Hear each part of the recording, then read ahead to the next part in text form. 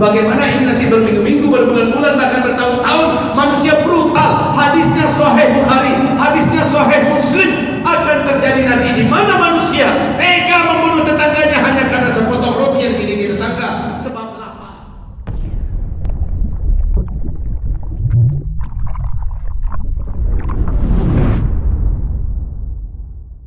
Ya, yang mampu bertahan dengan punya emas nanti. Maka dari sekarang siapa yang punya duit beli emas 1 kilo, 2 kilo simpan. Nggak sanggup beli 1 kilo, 2 kilo, ya, karena memang tampang-tampang miskin banyak sini. Udahlah 1 gram, 2 gram, 3 gram, berapa sanggup beli dari sekarang. Mau emas batangan, mau emas perhiasan, mau emas dirham, dinar, semacamnya, beli bu, simpan diam-diam. Jangan umumkan pada orang lain, umumkan di grup. Aku udah mulai, nggak usah. Nanti didatangi maling malam. Yang kedua, apa yang akan terjadi setelah kehancuran ekonomi?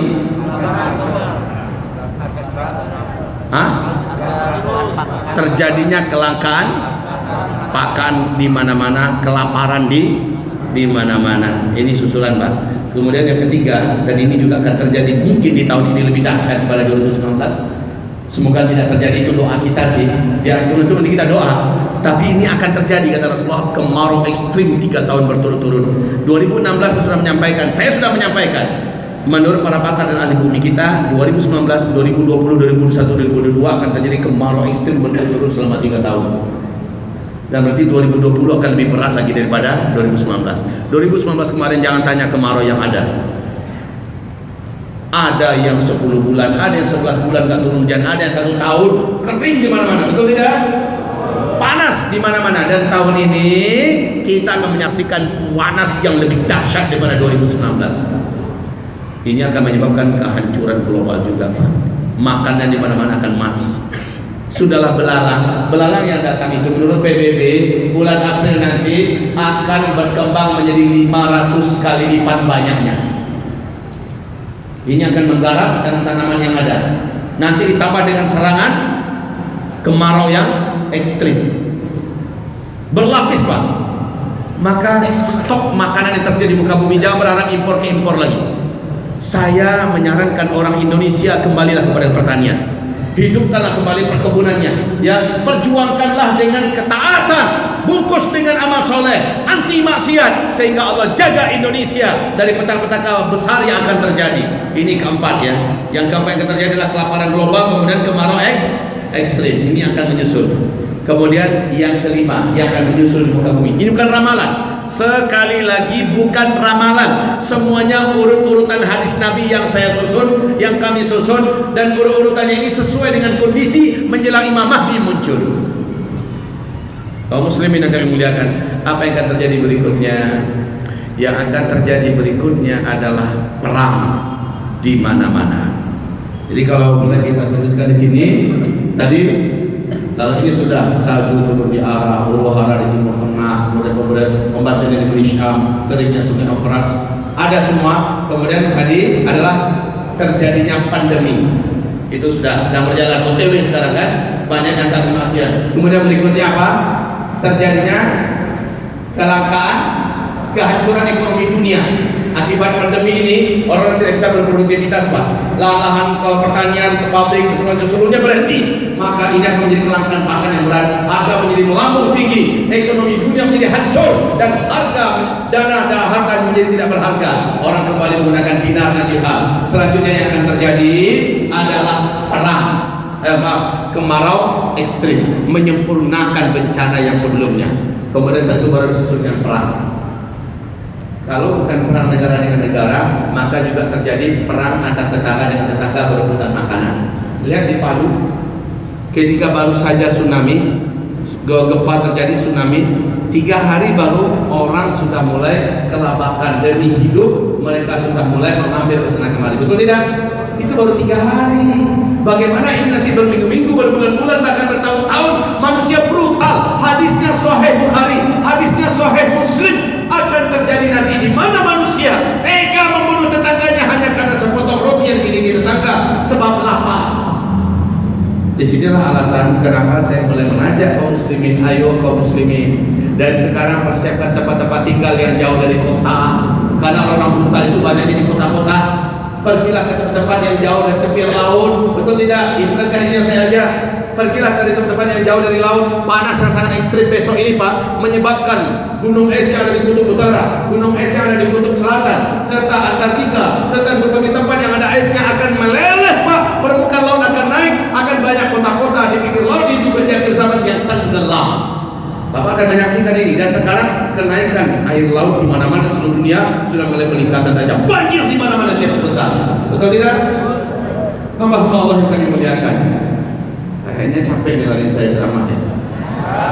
Semuanya menakutkan. Bu, udah pada makan malam tadi Bu? Udah pada makan malam? Ibu, ini bahaya, tegangannya tinggi. Kalau tadi nggak makan, saya khawatir Pak Bu, jantungnya jadi lemah. Sanggup masih diteruskan? Alhamdulillah. Kita sampai jam berapa insya Allah? Sampai selesai aja lah ya.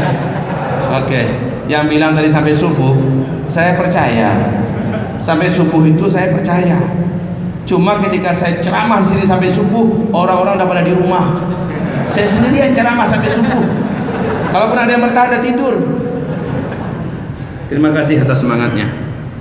Sebelum kita lanjutkan, kita break sebentar kepada panitia tolong bersiap-siap, kepada pengurus dan sebagainya. Begini kaum muslimin. Oke. Baik kaum muslimin yang kami muliakan.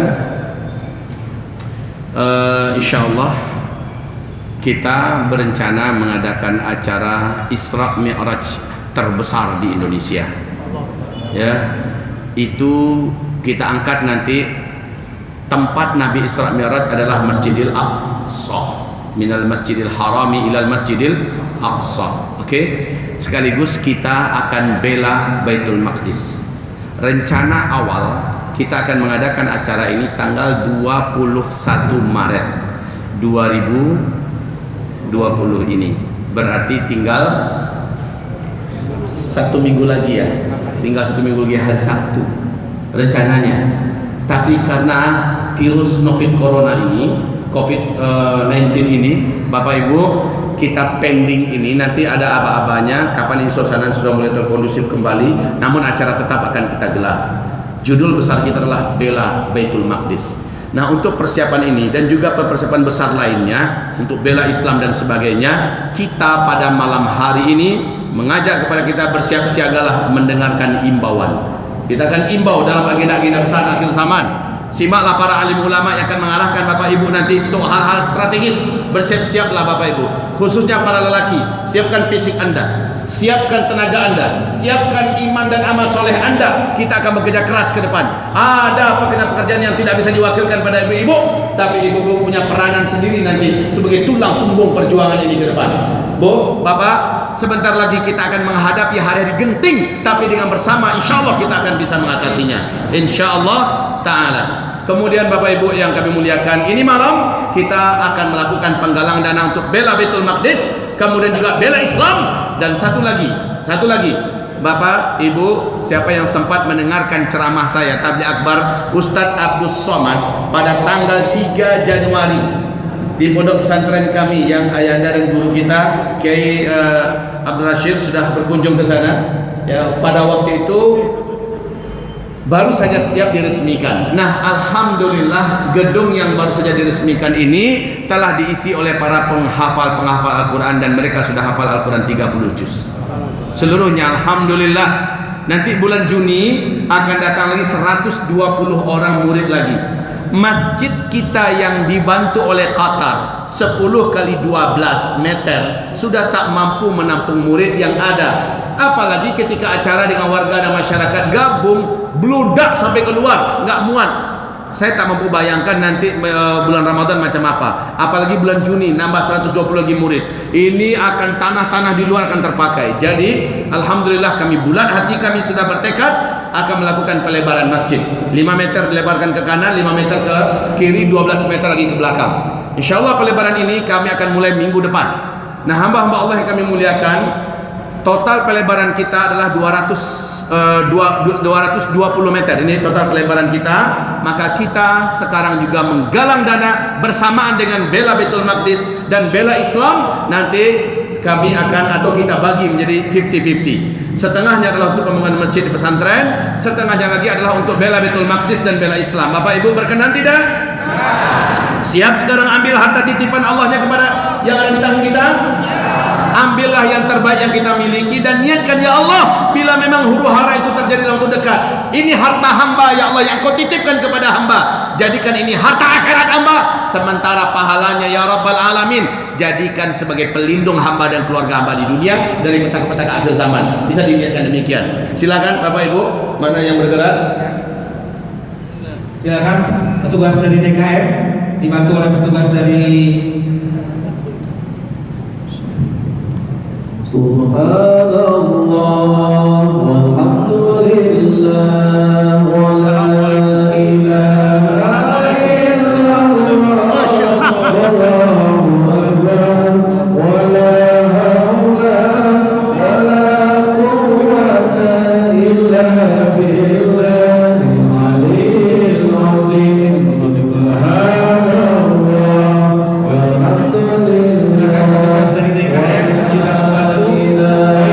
baik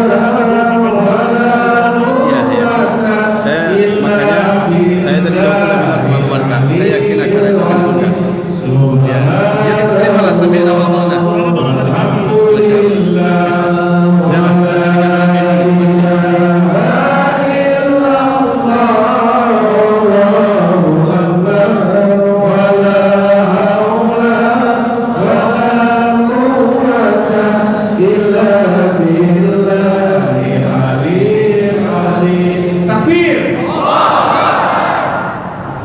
pembebasan Masjidil Aqsa, untuk perjuangan Islam di muka bumi Allah ini, dan untuk tegaknya sarana dan pusat pencetakan para alim ulama pejuang di akhir zaman, maka kita jangan menahan-nahan diri kita untuk membantu segala-galanya, karena waktu kita hanya ada sekarang.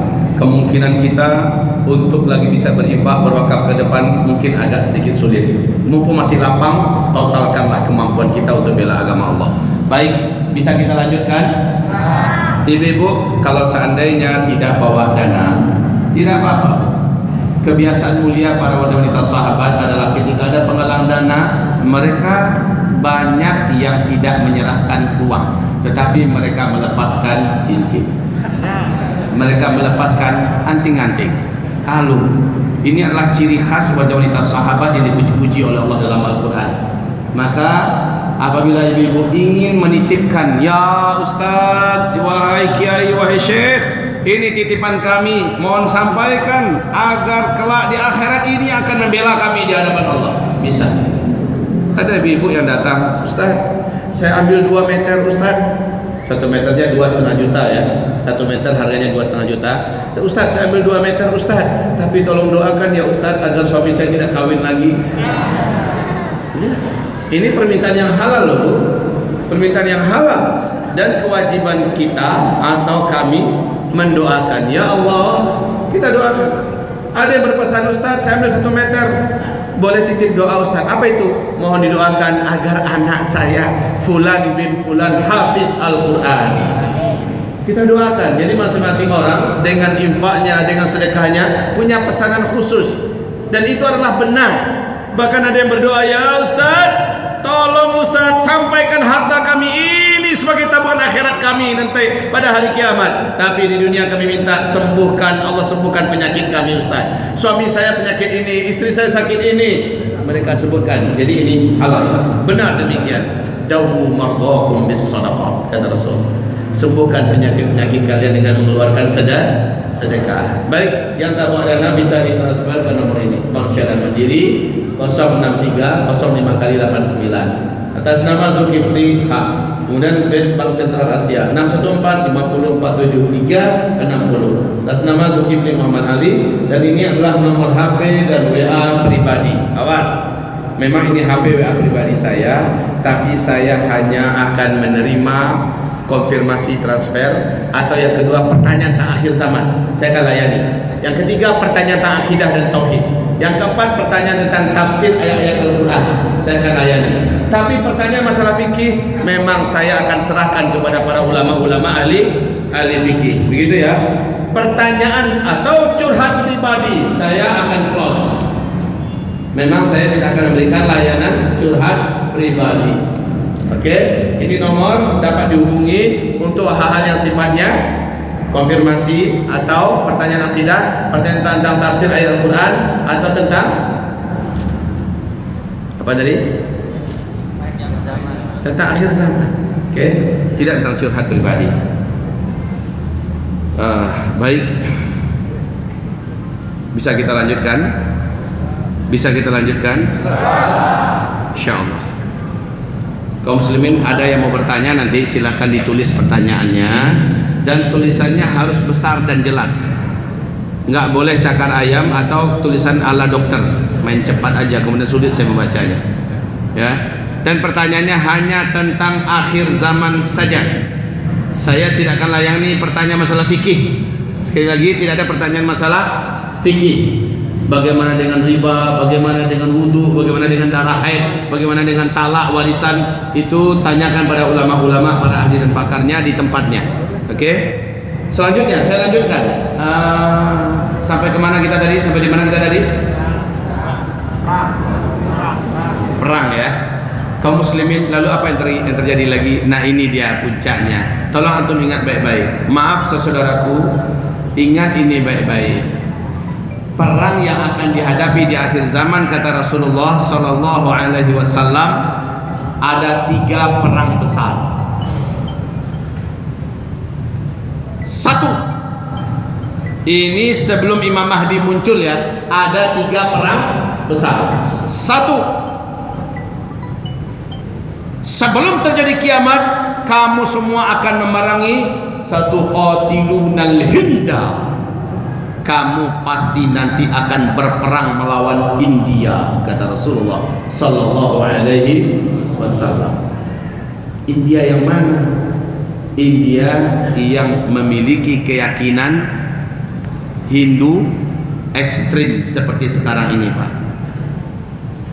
Yang Hindu ekstrim akan menjadi lawan umat Islam, dan kamu akan perang melawan mereka. Perang melawan Hindu nanti, atau India, Nabi menyebutkan Indianya. Tetapi perang ini adalah peperangan yang panjang dan hebat. Peperangan ini akan dimenangkan oleh Islam nanti. Allahu Akbar. Sekarang kita sudah melihat bagaimana brutalnya pemerintahan India sekarang. Brutal dan sombong. Kita akan lihat bagaimana Allah akan bayar tunai. Wallahi, ini adalah zamannya Allah bayar tunai. Hati-hati kita semua. Macam-macam kepada Allah, kepada Islam, Allah bayar tunai, Pak. Yang sombong-sombong sedikit macam Xi Jinping, sombong dia, Allah bayar tunai. Kemarin baru saja presiden partai PJP, ya, partainya India radikal yang ada itu, baru saja presiden mengatakan kita akan usir bukan hanya orang Islam atau orang Kristen dari India ini, kami akan usir mereka sampai keluar dari muka bumi ini. Setelah ngomong begitu, bawa mobil dia kecelakaan, mati langsung. Allah ini bayar tunai, Pak. Dan kemudian Allah matikan ternak-ternak mereka secara tiba-tiba, mati ternak-ternak mereka, Pak. Dan datang badai yang mengerikan. Sekarang ini kan kalian lihat, Allah bayar tunai, tentara-tentara Allah akan bergerak. Sementara nanti orang-orang beriman insyaallah taala pasti juga akan bergerak. Dan India, orang Islam India sudah mulai menyerukan kepada jihad. Umat Islam, ulama-ulama dunia dan seperti Zakir Naik juga sudah mulai mengajak, bersiap-siaplah kalian untuk berjihad ke India dengan apapun yang kalian bisa. Dan ini seruan Rasulullah di akhir zaman ya, kita akan perang melawan India. Saruhan juga sudah mengancam. Apa kata Saruhan? Kalau pemerintah India ini tidak berubah menyakiti Islam dan kaum muslimin, kami akan tinggalkan India. Salman Khan juga pasang niat dan sudah diumumkan di televisi, kami akan tinggalkan India kalau masih seperti ini pemerintahannya, menyakiti kami orang Islam. Saya ini orang Islam, kata beliau. Saruhan mengatakan kami muslim, kami tidak pernah menyakiti siapapun. Dengan apa yang dilakukan oleh India sekarang ini dengan umat Islam, kami bersumpah kami akan tinggalkan India. Ya, banyak artis-artis sekarang di India yang juga menyatakan sikap bahwa mereka benci dengan apa yang sedang buat sekarang. Dan penduduk India sendiri yang muslim, ya yang muslim sudah mulai untuk tidak menerima ini. Kemudian negara-negara tetangga sudah menyerukan juga untuk siap bela kaum muslimin di India. Seruan ini akan sampai ke Indonesia dan kita sudah mencoba untuk menggoyang di Indonesia seberapa bisanya, tapi mereka seperti tidak bergeming. Biarkan saja Pak, kita akan lihat seperti apa Allah buat makarnya. Yang penting kita tidak boleh diam dan diam, tidak boleh. Kita harus bersuara. Kita harus katakan kita menolak kejahatan yang dilakukan kepada umat Islam yang ada di India sana. Begitu, kita harus bangkit seluruhnya kaum muslimin, nyatakan bahwa kita tidak terima dan kita menuntut dan kita menyatakan ini sikap kita. Jika itu tidak Bapak lakukan, apa jawaban Bapak di depan Allah nanti? Kaum muslimin, hamba-hamba Allah yang kami muliakan, ini berarti akan berujung dengan perang. Jika tidak perang nanti bagaimana Ustaz? Jika tidak perang nanti bagaimana Ustaz? Tidak mungkin, karena Rasulullah mengatakan pasti perang. Masalahnya perangnya di zaman kita ini karena kejadian ini atau tidak, saya tidak dapat memastikan. Tetapi kata Rasulullah, di akhir zaman akan perang. Dan jika ini adalah zaman-zamannya perang, berarti India adalah salah satu yang akan kita hadapi. Yang kedua kata Rasulullah, satu qatiluna qauman sigharul a'yun. Kalian nanti akan memerangi sebelum kiamat terjadi suatu bangsa yang mata mereka sipit-sipit, hidung mereka pesek-pesek, warna kulit mereka pucat putih, pucat kemerah-merahan. Kemudian Rasulullah SAW berkata, mereka punya karakter begini-begini, dan kamu akan berperang dan mengalahkan, dan kamu akan mengalahkan mereka. Jadi kita nanti akan berperang dengan kaum yang jenisnya seperti itu. Udah kebayang belum? Udah kebayang belum? Insya Allah kita akan dimenangkan oleh Allah Subhanahu Wa Taala. Terus yang ketiga, kamu akan berperang dalam hadis Sahih dan Bukhari dan Muslim. Kamu akan berperang di akhir zaman di negeri Syam. Allah akan menangkan kamu. Peperangan ini akan berlangsung sampai Nabi Isa turun. Berarti ini peperangannya panjang. Di Syam itu adalah Palestina dan Suria. Palestina dan Suria. Di Palestina melawan Yahudi, manusia terjahat, terbusuk di muka bumi ini adalah Yahudi. Kemudian di Suria melawan musuh yang paling licik dan paling keji dalam sepanjang sejarah Islam, yaitu Syiah, yaitu Syiahnya Bashar Asad. Jadi kita perang melawan ini di akhir zaman sebelum Mahdi muncul ya. Inilah peperangan kita dan Allah akan menangkan kita. Allahu Akbar. Kemudian ibarat Allah yang dimuliakan, selanjutnya Nabi berkata, nah ini final kita. Kita lihat yuk besok, waktu haji besok masih terhalang nggak ya orang untuk melaksanakan ibadah haji? Kalau terhalang berarti insya Allah zaman inilah yang maksud Nabi SAW, kita akan dipimpin oleh Imam Al-Mahdi. Jika tidak terjadi, kita sujud syukur bersama-sama, alhamdulillah. Jika terjadi, maka bersiap-siaplah, Bu, bersiap-siaplah, karena kaum laki-laki akan Allah gerakkan semuanya. Suami ibu, menantu ibu, anak bujang ibu, Allah akan gerakkan semua. Yang pergi berperang, mereka menuju syahid akhir zaman yang teragung di bumi ini. Yang tidak pergi berperang, mereka tetap juga akan mati. Mungkin akan dibantai, pokoknya laki-laki akan banyak Allah. Mungkin akan dibantai, akan jadi pecundang, akan menjadi korban segala macamnya. Maka di akhir zaman tak ada pilihan bagi umat Nabi. Kalau memang perang sudah menyala di seluruh dunia, wahai para umat Nabi Muhammad, maka majulah. Kematian bukanlah, perang bukanlah kematian bagi kita, tapi perang adalah kemenangan bagi umat Islam. Jika ia terbunuh, itulah kemenangan sejati. Dia syahid, dia menuju surga Allah tanpa hisab. Allahu Akbar. Kalau dia ternyata tidak meninggal dan dia masih hidup, dia akan menyaksikan menang akan terjadi di zaman kita ini. Islam akan kembali berjaya dengan izin Allah Subhanahu wa taala. Maka bagi umat Islam, konsepnya hanya satu di antara dua. Yang pertama, dia menang, syahid. Yang kedua, dia menang, bumi ini akan tegak dipimpin kembali oleh Islam. Pilihan Islam ke depan hanya dua, menang dan menang. Takbir. Tak ada pilihan ketiga. Menang